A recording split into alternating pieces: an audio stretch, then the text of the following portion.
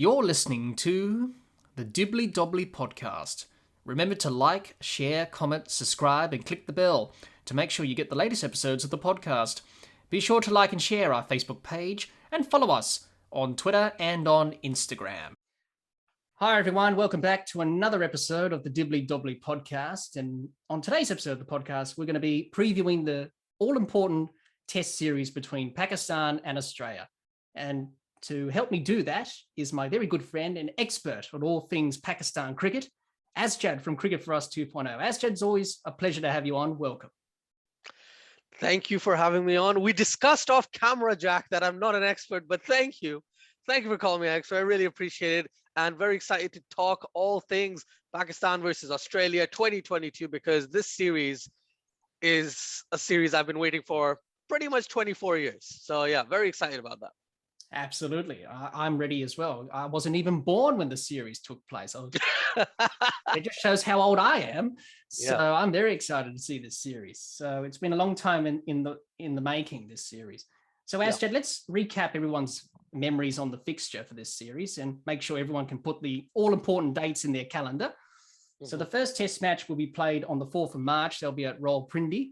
The second test at the National Stadium on the 12th of March. They'll be in Karachi. And the third and final test match will be played at Lahore on the 21st of March, and that will be at the Gaddafi Stadium. So mark those important dates in your calendars, everyone, because it's going to be a big series. So Asjad, let's talk about conditions. Now, there's been a lot of talk about conditions in Pakistan, that pace bowling is more dominant than spin. And I was reading an article the other day that cricket.com.au did with Asjad Khan, who's obviously a commentator, former player, himself for Pakistan. And he said, it's more pace than spin in Pakistan. It's not like India where the pitches turn square and they produce Bunsen burners and dust bowls. In Pakistan, it's a lot different. And they had some stats there. 2019 to 2021 in Pakistan, pace took 89 wickets at an average of 29.6. Compared that to spin, which was 48 wickets at 39.4. Bit of a comparison with Sri Lanka and India. In Sri Lanka in that time, pace took 65 wickets at an average of 37. Spin took 179 wickets at 31.5. And the test matches in India in that time, 150 wickets were taken by pace, which was 26.3. And spin, no surprise, 258 wickets at 27.7.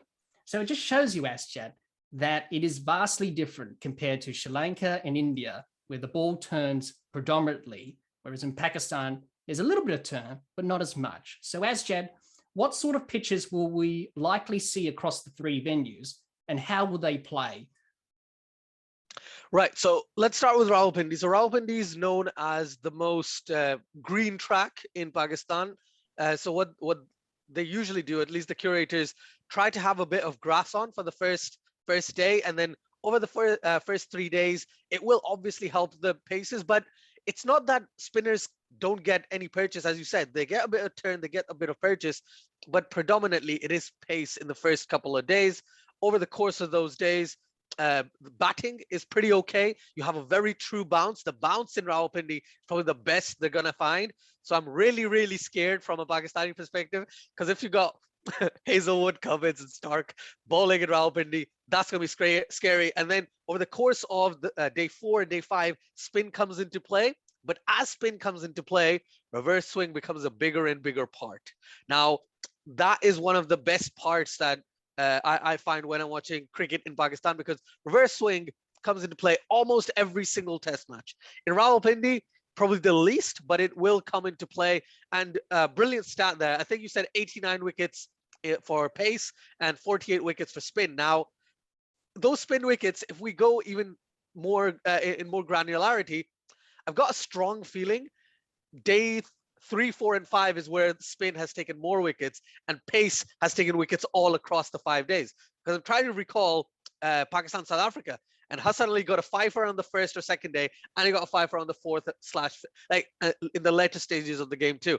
So Rawalpindi is predominantly pace heavy. If we go across to the second test, which is Karachi, as you mentioned, yeah, that's going to be pretty much a dust bowl. That's going to be spin friendly. Like, batting is always good in Pakistan, but Rawalpindi is probably the most difficult from a pace perspective for the new ball with the seam movement. In Karachi, there's going to be a bit, but it's not going to be green.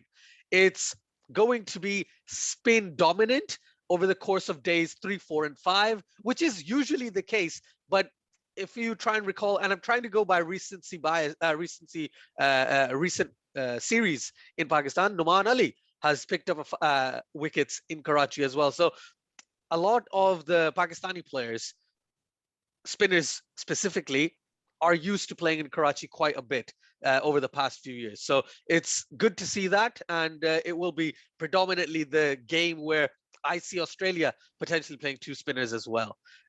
Maybe even 3, depending on, what they feel like.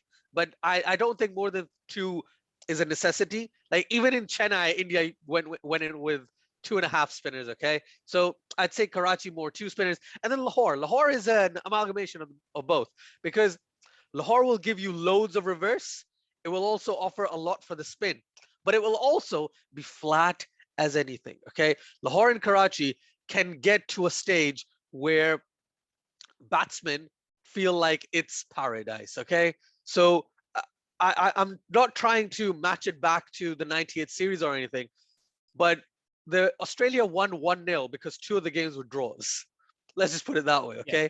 So games may go down to day 5, and if they do, games might just go on for a draw because of the fact that in certain situations, apart from Pindi, you do have tracks that become quite flat over the course of the last couple of days, which is usually the case. But spin is always in play, reverse swing is always in play. But if you're able to tackle those challenges, it's pretty flat. Yeah. So do you think Australia should not be sucked in by those stats and should really just go to the ground and just base it off what you see, pick the 11? I'll tell you this. Is Australia England? No. Yeah. So they're going to go to the ground, check the pitch, look at the conditions, then choose their 11. Not decide 6 months in advance that, we're going to play Broad and Anderson in a day-night test match 6 months down. So, just say. Yeah, absolutely. Of course they'll do that. They're not England at all. So they won't get sucked in by those stats. But it'll be interesting because a lot of people aren't familiar with these conditions because we haven't seen much cricket in Pakistan, obviously for many years, international cricket that is. But do you think they'll ask, like the Australian players, for example, do you think they'll ask players like who played in the PSL, like Australian players? I know it's different formats, but you have a bit of a gauge of what the pitches are like in Pakistan. Do you think they'll be doing that? Maybe asking the older players as well who played before, back in the 98 series, etc. So exactly do that as well, Asjad? Yeah. The weird thing is that if Justin Langer was still in power, I would have been super scared about Australia touring, okay? Because the advice, the morale. Again, you're an Australian, you're in Australia, you're the Australian expert, so I'll pass this over to you.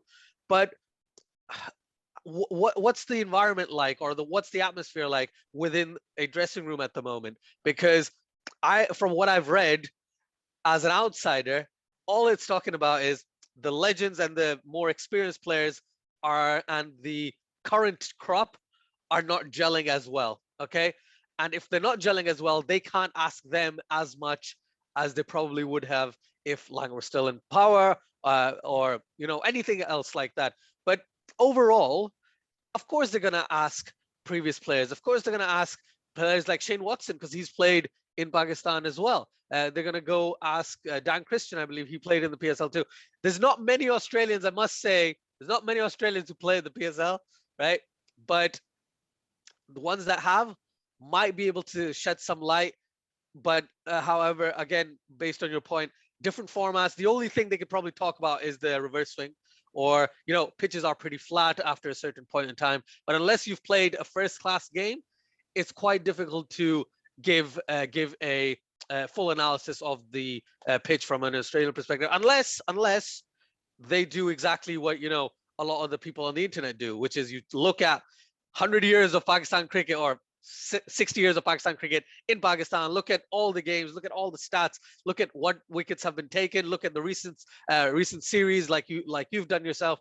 So yeah, man, it's they should just base it on the conditions, and they should definitely consider speaking to the players who've genuinely been there, genuinely been to Pakistan. Mark Taylor, right? Michael Slater. You've got what's his name? Glenn McGrath, Stuart McGill, Steve Waugh. Oh my goodness. Who else? Mark Waugh. Thank you. Right. Again, I can't remember the team, but those are the few that pop up from the top of my head. Yeah, it'll be interesting. It's sort of an unknown, really, for the Australian team. But that's the exciting thing. That's what cricket's about. It's about challenges. And that's what I'm excited about. And let's hope Australia can overcome the challenge. Now, Asjad, let's talk about some of the stats. I like a good stat, as everyone does in cricket. So for all your stat nerds out there and cricket badgers and tragics, head-to-head test matches between Pakistan and Australia, head-to-head record, it's no surprise. It's 33 wins to Australia, 15 to Pakistan since 1956, 18 draws in that time. Head-to-head in test matches in Pakistan, Asjad, you'll like this, it's 7-3 in favour of Pakistan. Out of 20 matches, 10 draws since 1956.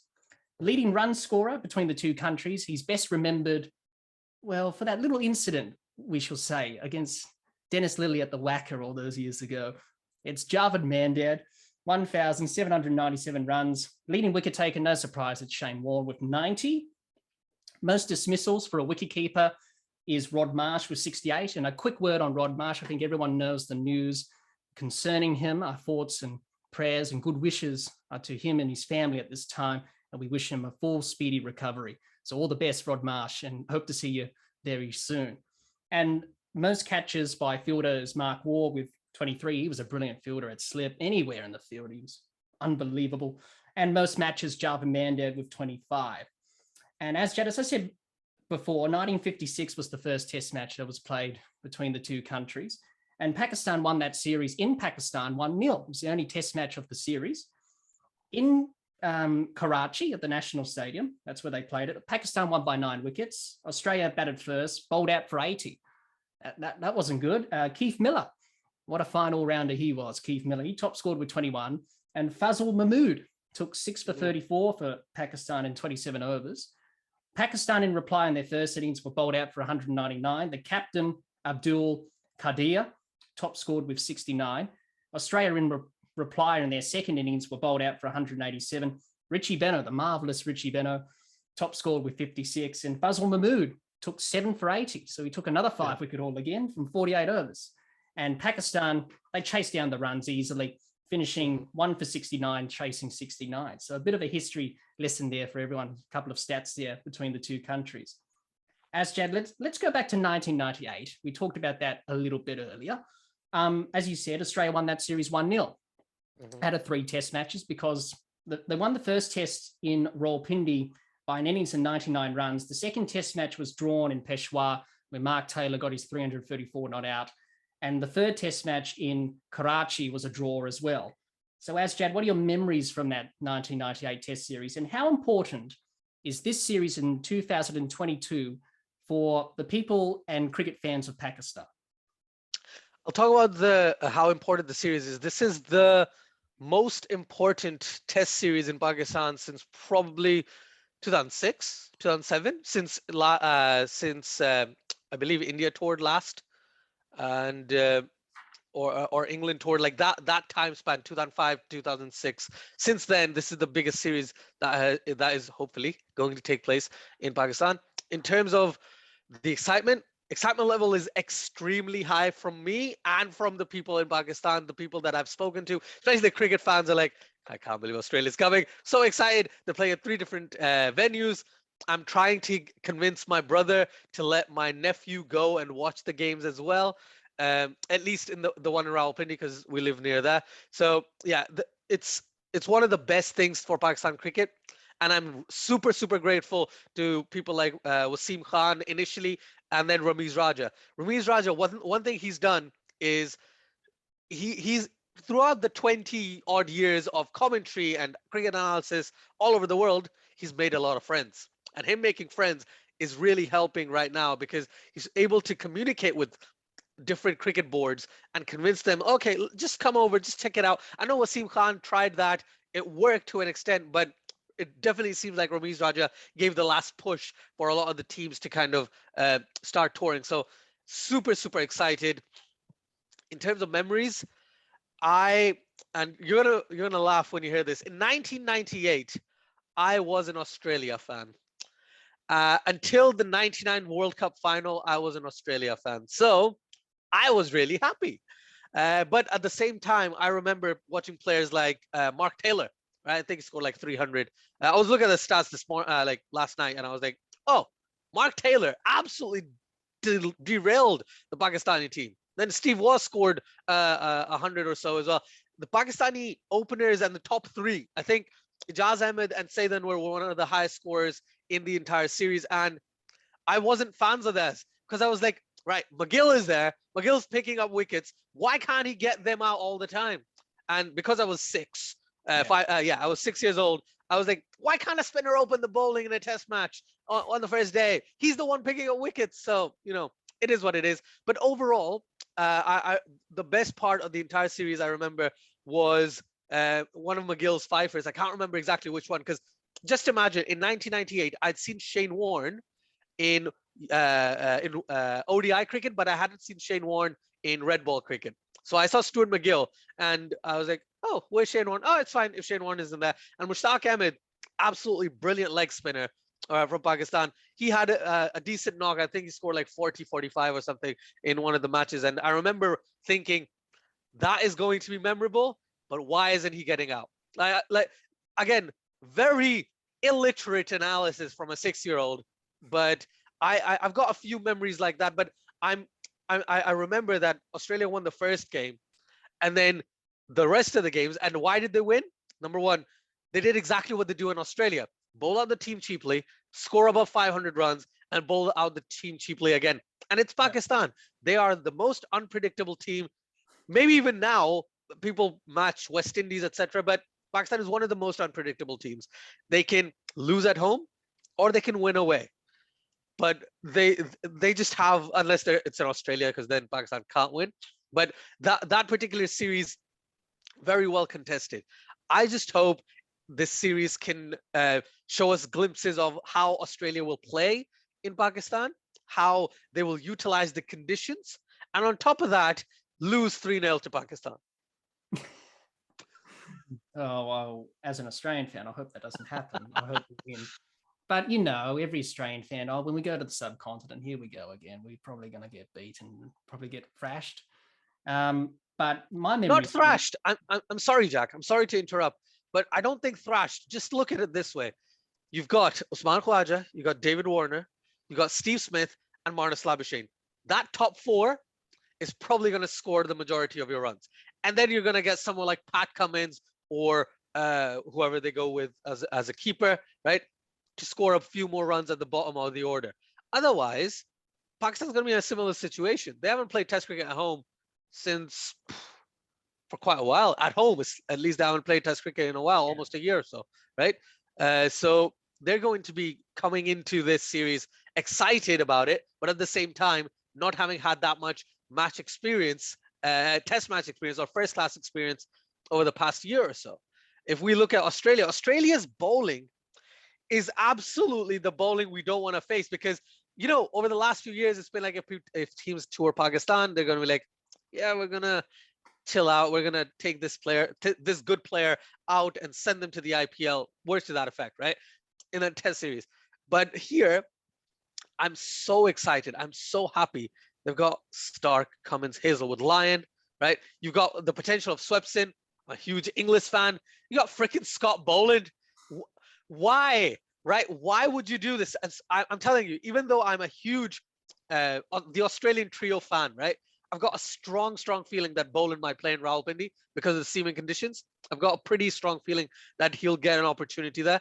And I know this is completely off topic, but it's just, I wanted to share that or express that to you, because Australia's team, this is the best. Like, Australia losing in Australia to India was a shock and a half, because that was pretty much Australia's best team. Now, this is pretty much Australia's best team. In the Ashes, it was pretty much Australia's best team.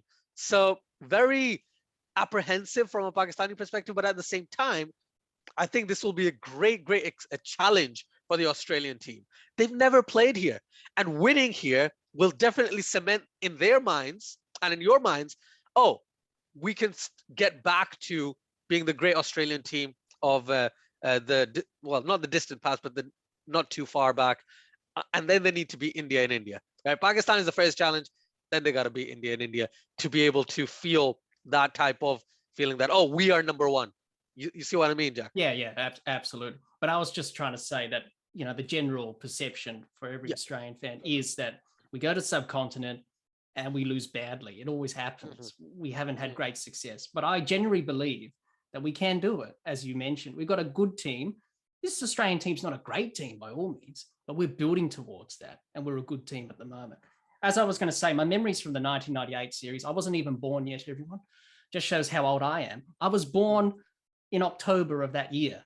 And that's when the series was on. I wasn't born until the late part of October. So I think the series was already done before I was born. But I'm very excited to see this series. So it was interesting listening to your memories and what it means for the people of Pakistan, Asjad. And let's hope it's going to be a great series, that's for sure. Now, Asjad, let's talk about the challenges that both teams will face in this test series with both bat and ball. Let's talk about Pakistan. I've highlighted one big challenge, and it's not with the bat and the ball. It's the expectations and pressure on them as a team to win this series. Because as we know with Pakistan, whenever they have expectations on pressure or that some sort of, scrutiny on the team put on them, it can go either one or two ways, as we've mentioned before. It can really work in their favor and they play very good cricket, or they succumb to the pressure and the expectations and they fail miserably. That's just how Pakistan is. They're inconsistent. When they're on, they're on. When they're off, they're off. So, Asjad, how important is it for Pakistan not to get overwhelmed by the pressure and expectations in this series? How important is it for them to deal with that?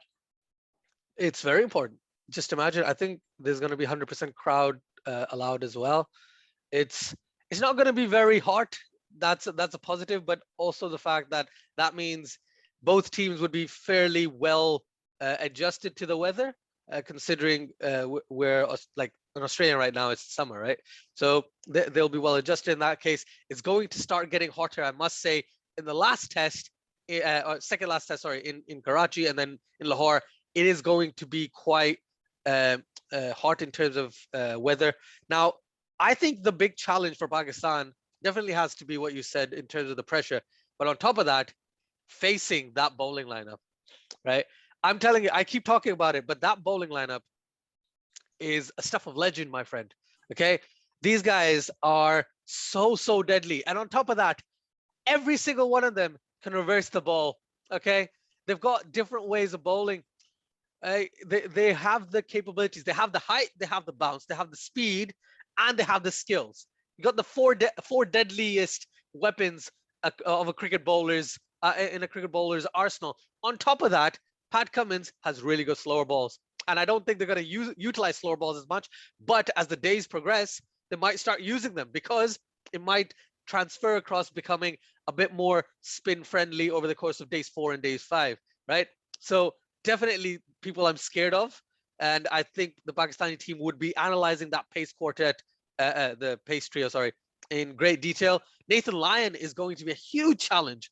He's gonna realize that, dude, I should have been born in the subcontinent. I would have had 700 wickets already, right? Yes, Australia is great for spin as well, and unfortunately, England doesn't think so. But Australia's spinners have prospered. You mentioned highest wicket taker ever in Pakistan, or between Pakistan and Australia, has been Shane Warne. Is that right? So, yes. Yeah, it's Pakistan's going to have a very difficult task in front of them. On top of that, we don't have Abid Ali, who has been Pakistan's best opener over the past couple of years because of his heart issues. So he's out of the side.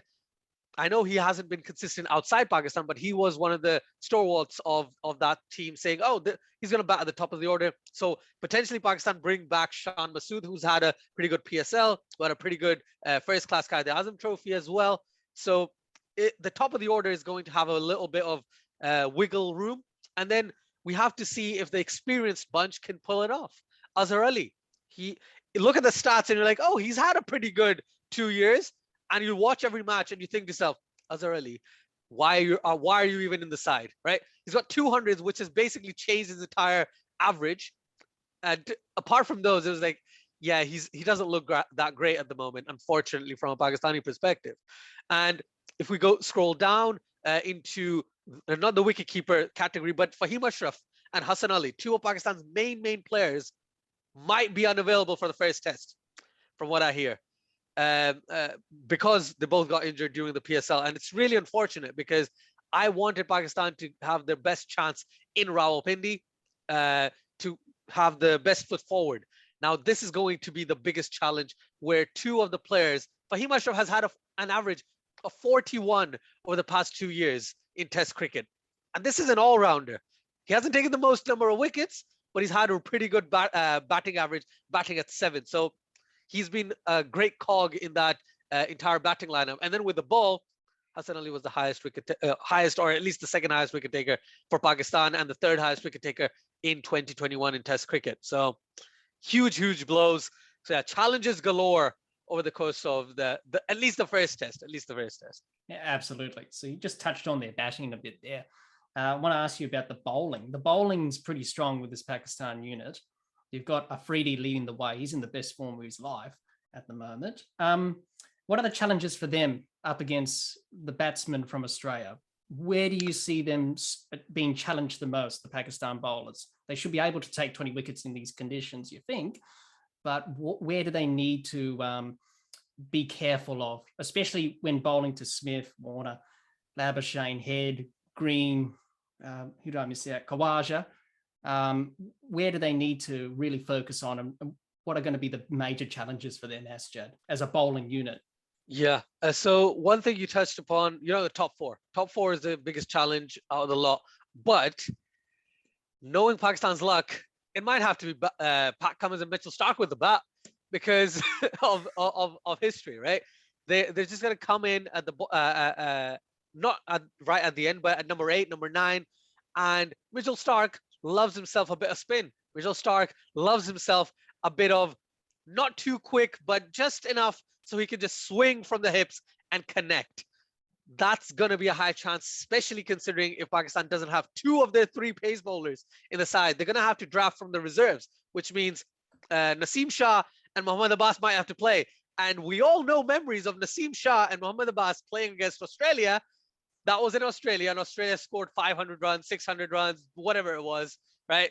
David Warner scored 300 and whatever number of runs. Thanks, man. Yeah, I don't want to remember the number, but it was huge. Like, Pakistan were absolutely obliterated. So it's really unfortunate that Pakistan may have to play with those 3. However, from a bowling perspective, I think it will be the fact that these batsmen have a good, solid defense. A lot of players, a lot of Pakistanis have seen Cameron Green, have seen Travis Head, but they don't talk about it that much. They're like, yeah, they're just players, right? And when you're in that type of mindset, if I recall correctly, Darren Lehman scored like 78 odd in 1998, and I remember this because no one expected Darren Lehman to score runs, right? No one expected Ian Healy to score any runs. They just thought, oh, it's going to be the top 2, 3. I remember Ricky Ponting scored a 50 in the first or the second test too. So overall, I was just really, as a Pakistan fan now, I'm just a bit apprehensive of the fact that do not take anyone lightly. Up till number 9, even Nathan Lyon can smash it out, right? Up till number 9, they should consider all of them being batsmen, not to say, oh, he's a bit weak. He's a bit weak in that particular part of his game, but that doesn't mean he's not a good player. He's coming with Australia to Pakistan. This is Australia's best team right now. And players like David Warner, Usman Khawaja, it's going to be really important for us to see how much the ball swings on the first day. If Pakistan bowls first, obviously, but if Pakistan bat first, then it would be the trio of Cummins, Starc, and Hazelwood, probably. Even bowling, knowing knowing Australia and their futuristic thinking, they might just go with 4 paces and a spinner because they realized, oh, we can bowl out Pakistan, and they don't have Hassan Ali or Fahim Ashraf. maybe we can get some licks into this particular game. I think something similar happened because I don't think Wasim Akram played the first game in Rawalpindi in 1998, and Pakistan had to go in with a couple of different players. But yeah, it is what it is, and Pakistan's bowling will definitely need to consider that every batsman that Australia holds is a good one. Absolutely. You see that with most teams. Whenever the tail comes in, they lose the plot. They don't bowl to them like top order batsmen. Look at what happened with India and England at Lords.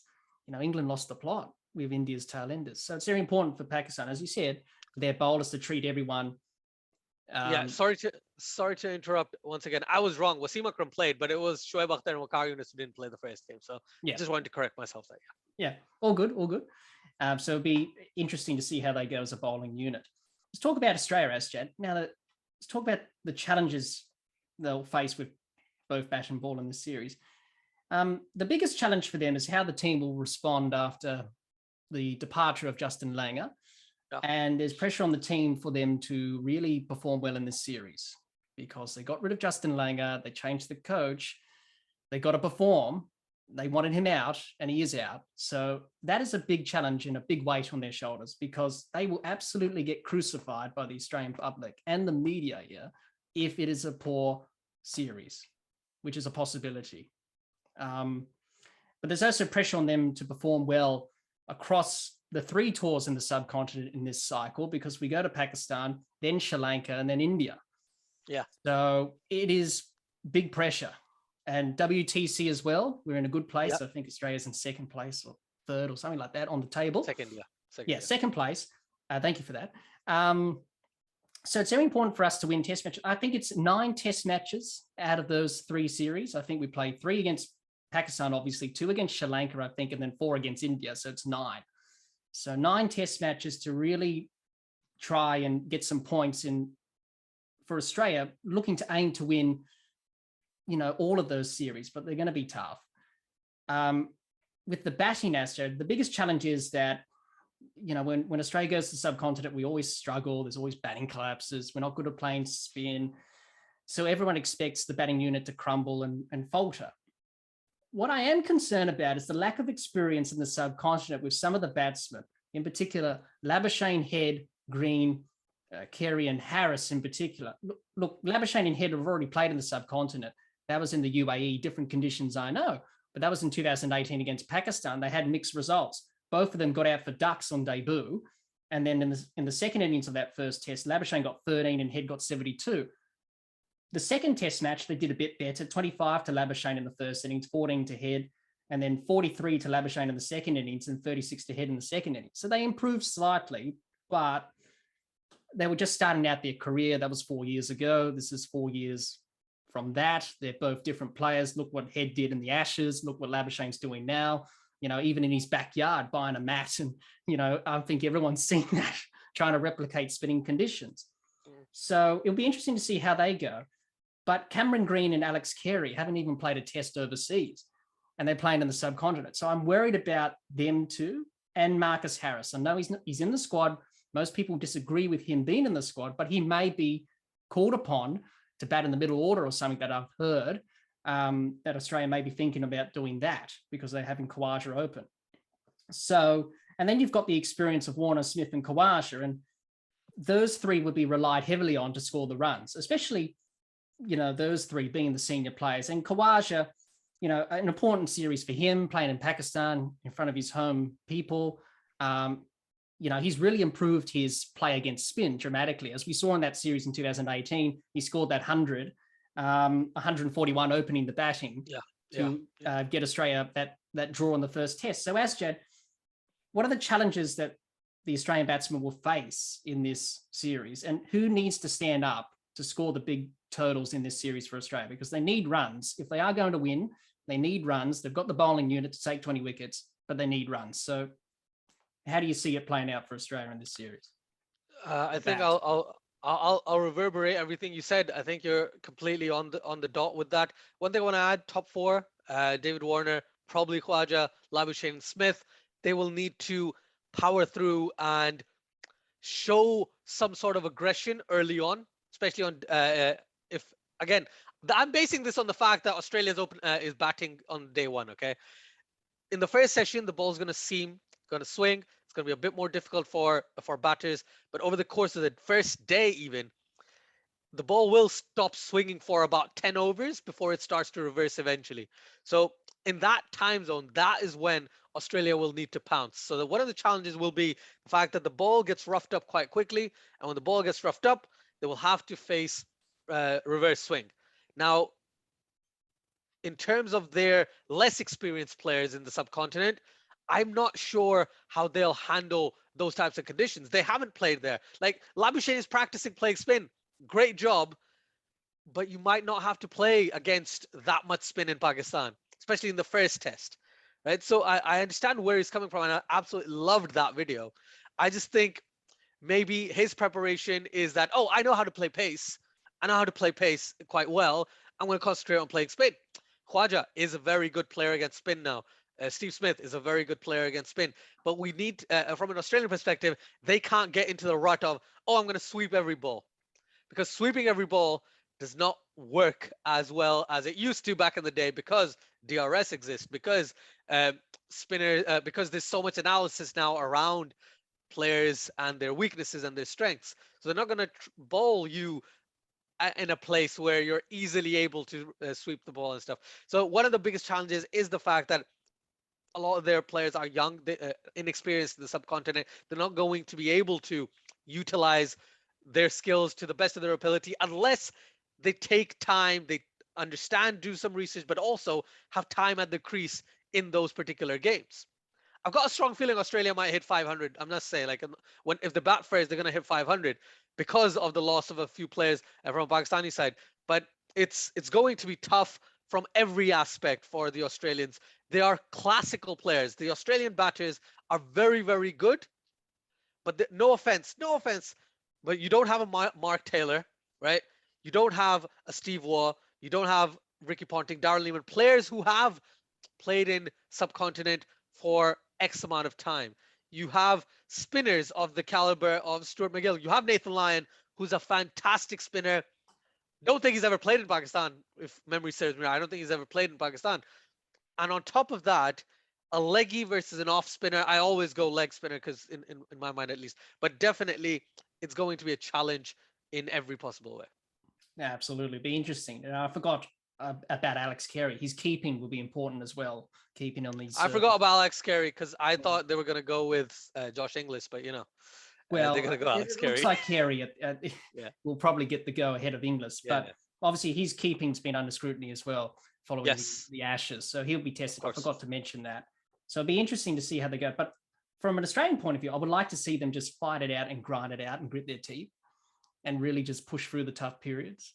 And if Australia can do that, then we can score big runs. And the bowlers, and that's the next thing we're going to talk about, the bowling, Asjad.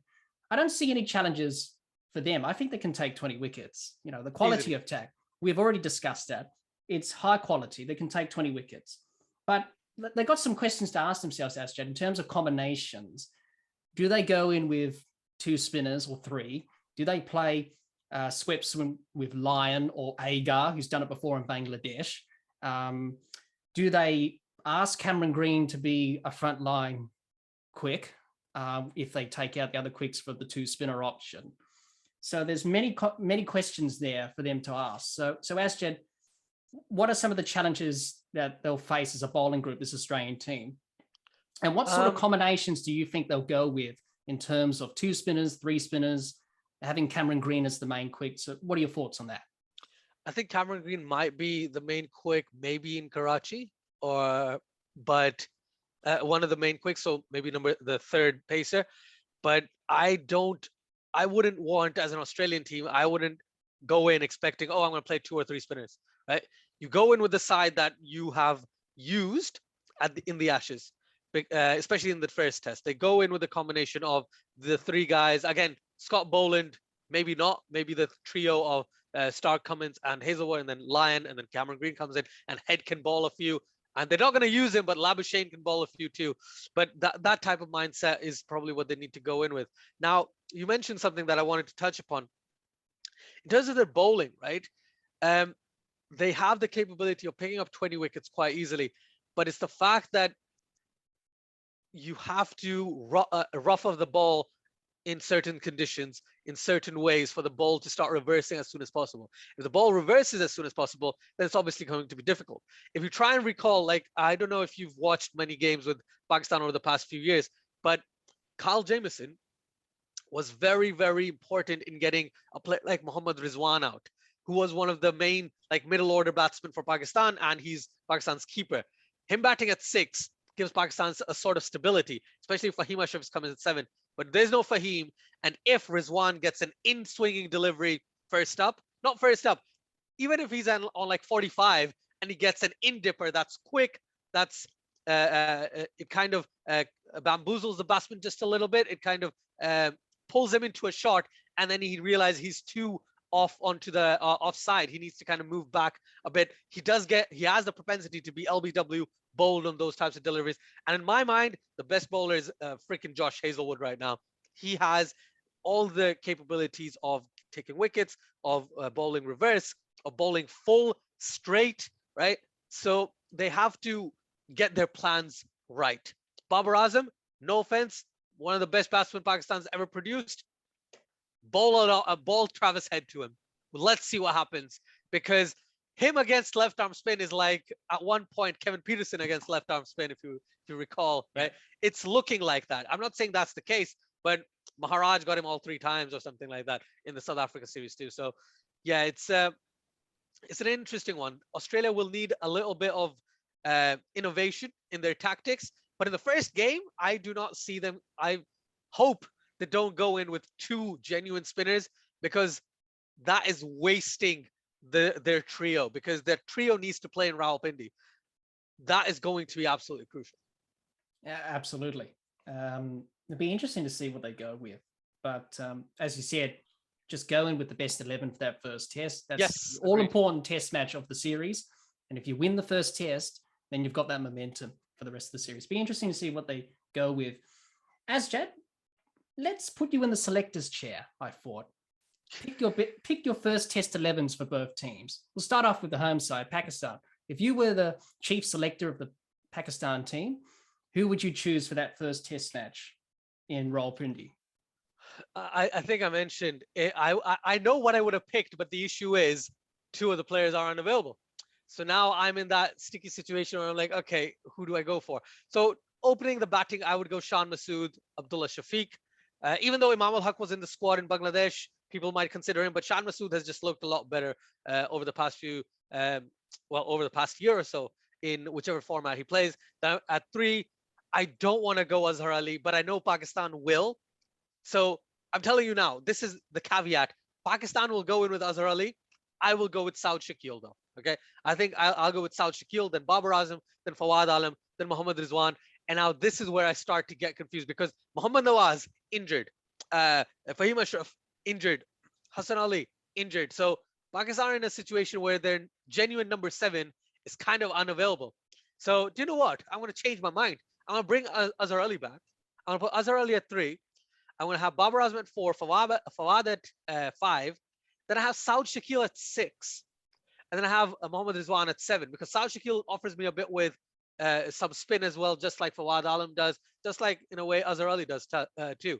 Now, in the reserves, Pakistan has Haris Rauf, they have Mohammad Abbas, they have Naseem Shah. So because it's Rawalpindi, because there's a bit of sea movement, I've got a strong feeling that Pakistan might go with Abbas again, but I wouldn't. I would surprisingly, I would go. I have Shaheen in my side. I have Numan Ali, because Numan Ali has that batting prowess. We've seen it. He scored 97. He scored a 40 as well in Pakistan. So I would go Numan Ali at number 8. Then I would go Shaheen Afridi. I would actually debut Haris Rauf. And again, this is something that they might not consider. This is only in the situation. Please caveat. This is only in the situation where Hassan Ali and Fahim Ashraf are completely are unavailable. I've heard rumors that they're injured, so they won't be available, which is why this is my first test team. So I've got Haris Rauf debuts, and then I've got Naseem Shah from the reserves coming up into the team. There might be people saying, oh, but why don't you play Sajid Khan? He did so well in Bangladesh. I think Noman Ali offers a bit more with the bat, and Noman Ali, for me, can offer a bit more control. Sajid Khan, for me, has been a spinner who can, both of them have the propensity to go for runs, and Sajid Khan has done a really good job in a couple of games. But the rest, even though he's like 4 matches old, he's just not looked as threatening as someone like Noman Ali. So that's my squad. So let me run through this very quickly. Masood, Shafiq, Azhar Ali, Babar Azam, Fawad Alam, Saud Shakil, Mohammad Rizwan, Numan Ali, Shaheen Afridi, Naseem Shah, and Haris Rauf. 9 times out of 10, they ain't picking this team. But if I were the selector, that's the team I would select. You're 11 for Australia if you're an Australian selector. Oh, that is the easiest thing I could do. David Warner, Usman Khwaja, Labuschagne, Smith, Head, Green, Carey, because you're like, they're going to go Carey, but I would go English, but Carey. Then you got Cummins, Stark, Hazelwood, and Lyon. Australia is easy. Yeah. Jack, Australia is easy. They shouldn't try and mess with a winning combo. No, they shouldn't. That's the 11 I had in my mind. So it's straightforward, isn't it? Maybe Kerry, maybe Inglis, if they want to do that. But do you really want to try Inglis as a debutant in the first test? So it remains. The pitch is going to be the most similar to Australia in the sense you'll get a lot more truer bounce. That's the only reason why I was thinking. Yeah, absolutely. And you know, it's up to them who they go for the keeper, but it's pretty straightforward, the Australian 11. Asjad, we come to that point to finish off this preview today. Our series predictions. Now, I want to get your series winner and leading run scorer and wicket taker for the series. Oh, who do you think is going to be the series winner? I think it's fairly obvious who you're going to say. But your leading run scorer. I'll tell you. I'll be honest. I predicted 1-1 for the series on most platforms. I was being tongue-in-cheek when I said 3-0 Pakistan. I think it's going to be 1-0. I've got a strong feeling it's going to be 1-0. In terms of the leading run scorer, I think Fawad Alam or Steve Smith. If I were to say a player from each team, I'd say Fawad Alam and Steve Smith. If I were to pick a pacer from each team, I would have said Hassan Ali, but he's not playing the first game, so I'm going to go Shaheen Afridi. And for Australia, I think actually Mitchell Stark. So you can see kind of a trend here. Unorthodox batsmen and 2 left-arm paces. But I definitely think they're going to have a pretty good series and might just be at the top in terms of leading wicket takers and leading run scorers. Yeah, and I think everyone knows who I'm going to go for, and that's Australia. I was a bit ambitious with my prediction. It's only a prediction, everyone. I said 2-1. If we can get it together and we've got the bowling attack, it's just the batting, a few question marks there. But if we can score enough runs, take 20 wickets, which we should with this bowling attack, I think we can win 2-1. It's a bit ambitious, I know, but you never say never, and cricket's unpredictable. You never know what's going to happen. You know, we can make all these predictions and they probably won't come true. My leading run scorer for the series, I went with Marnus Labuschagne. I think he's going to have a good series if he can, you know, get some runs flowing. And I thought the leading wicket taker for the series, I went with Afridi, just because he's in good form and, you know, probably out of him or Mitchell Stark, maybe, probably first or second place there. So, but let's hope, Asjad, we have a good competitive series. And I think everyone is so excited for this series. And I can't wait. I'm sure you're the same as well, Asjad. And it's going to be a great series. Well, Asjad, thanks for joining me today. It's been always a pleasure having you on. I learned so much from just listening to you talk about the game.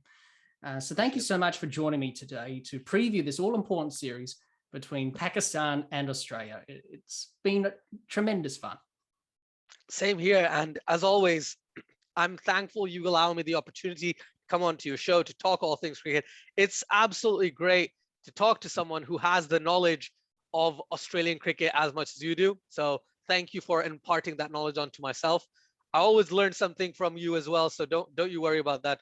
And for everyone watching, please, or listening to the Dibbly Dobbly podcast, please do like, subscribe, follow, listen, just keep it on loop. Keep it on loop, especially the start of every video and podcast where Jack talks about the Dibbly Dobbly podcast, because that is one of the best parts of most of the podcasts I listen to. And it's just like, that's starting just gets me into the flow of talking all things cricket. So yeah, thanks for having me on.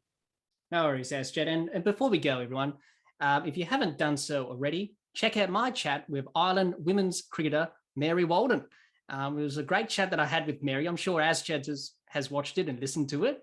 And I'm sure everyone has as well. But if you haven't yet, please check that out. Give it a like, give it a share. It helps the video, it helps the episode. You can catch the video version on our YouTube channel, and you can also catch the audio version on Anchor, Spotify, and on Apple Podcasts. So it was great chatting to Mary about her journey in cricket. It's a unique journey to others, to other players, I should say. We talked about women's cricket. We talked about women's cricket in Ireland. We talked about her umpiring journey. And it was very fascinating listening to Mary, and by far one of my best chats that I've ever done on the podcast. So if you haven't catched that, please watch it, have a listen. But thanks everyone for joining in, wherever you may be around the world.